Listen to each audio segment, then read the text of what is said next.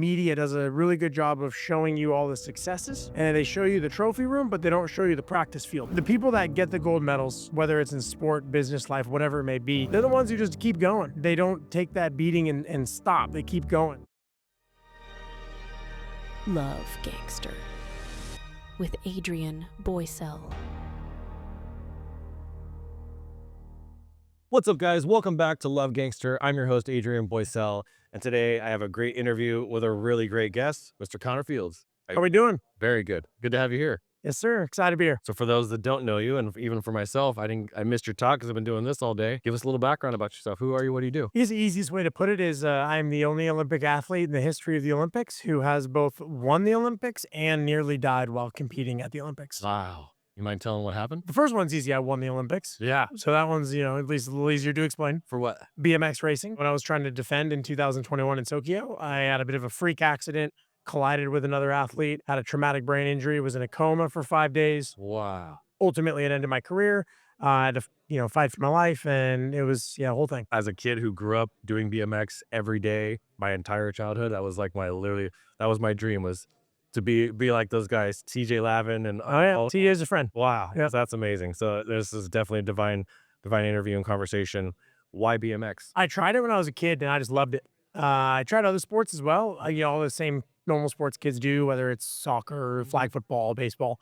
But I just gravitated to BMX. I don't know if it was because it was an individual sport and I controlled my own destiny. Yeah. If it was the adrenaline, Yeah. a combination of the two, maybe I was just good at it. Yeah. But by the time I was 10, I wasn't really playing any other sports and I was locked in on BMX. The team sport thing. So every sport that I've been great at and I've enjoyed has always been a solo sport. Extreme sports like BMX, skateboarding, snowboarding, all that stuff I've always really enjoyed the most.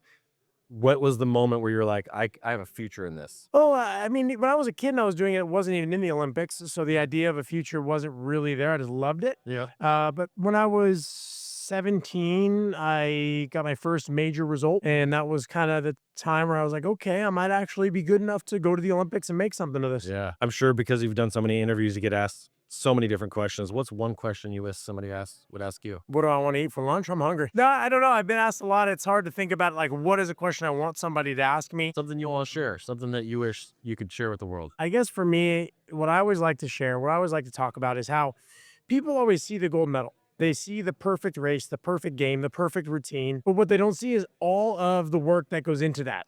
All of the failures, all of the sacrifices, all of the times that person wanted to give up. The people that get the gold medals, whether it's in sport, business, life, whatever it may be, they're the ones who just keep going. That's right. And they don't take that beating and stop. They keep going. That's right. And I think that the media does a really good job of showing you all the successes, and they show you the trophy room, but they don't show you the practice field. That's right. And they don't show you the training room when you're sore and you're injured and you're wrapping things up. And so I think that's the big thing I always try to share with people is, it's not all sunshine and rainbows. What was going on up there where you were like, how am I going to transition out of this and move forward with my life after losing? You have your identity wrapped up when you're Olympic medalist, right? Gold medalist.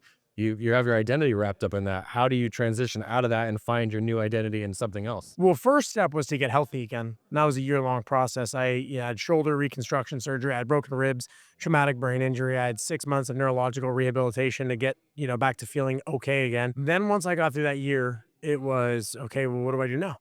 Yeah. Right. And everybody's going to have to retire from sport at some time or another. Yeah. More often than not, and I think this is something that people don't think about unless you were an athlete, people don't get to decide when they retire. Either it's injury, they didn't make a team, they got cut. That is the majority of athletes. True. Very, very rarely, we hear about it when it's Tom Brady, Michael Jordan. That's right. But very rarely does an athlete get to say, I'm good. I'm done. I'm done. Yeah. I didn't get a chance to do that, so I had to figure out what was next. But luckily, I had already started thinking about what was next before then. So I had a college degree. Okay. I had begun working on different projects, and I was already, not that I wasn't committed to what I was doing, but I was aware that one day it's going to end. Yeah. And I had started making plans. Wow. So what do those plans look like? What are you doing now? Number of things. So I'm a keynote speaker. I travel around the country and I share my story. I host a TV show for PBS Wow. called Outdoor Nevada. I'm an NBC Olympic commentator. So just this past summer in Paris, I was commentating 2 events for NBC, Wow. as well as I do a number of other philanthropic things within my sport, and I don't sit still well, so I do a lot. Yeah, I know that feeling. Yeah. The philanthropic side, I want to know more of that because this is social impact. It's about giving back, making the world a better place. What are you doing on the philanthropic side? I do a number of things, but one of the things that I really enjoy is I am a ambassador for my sport. So USA BMX official ambassador. Nice. So anything that I can do to help grow the sport or better the sport, Yeah. I'm a part of. Yeah. From there, I also coach and teach. Mm. So everything from first-time rider who's 5 years old to an Olympic hopeful. So kind of sharing my knowledge, and I was involved in the sport for 24 years. So I like to consider myself a PhD. Yeah. And so I can give some of that back, whether it's teaching a kid how to pedal Yeah. its first day, That's right. or it's helping coach an athlete who's an Olympic hopeful, and anything in between. What characteristics within your Olympic career to get you where you were have you been able to apply to what you're doing now on the speaking and commentating side? Oh, so many, too many to even list. I think sport is so important for kids to do because you learn so much about life. Yeah. You learn about teamwork. You learn about leadership, both as a leader or around other people who are leading. Yeah. You learn how to work with others. You learn discipline, sacrifice. You learn how to win, and hopefully how to win and be humble. You learn how to fail. Mhm. You learn that sometimes you could do everything right. You could tick every box, That's right. and you still don't win. Wow. And sometimes somebody's just better than you, and you learn how to deal with that. Amen.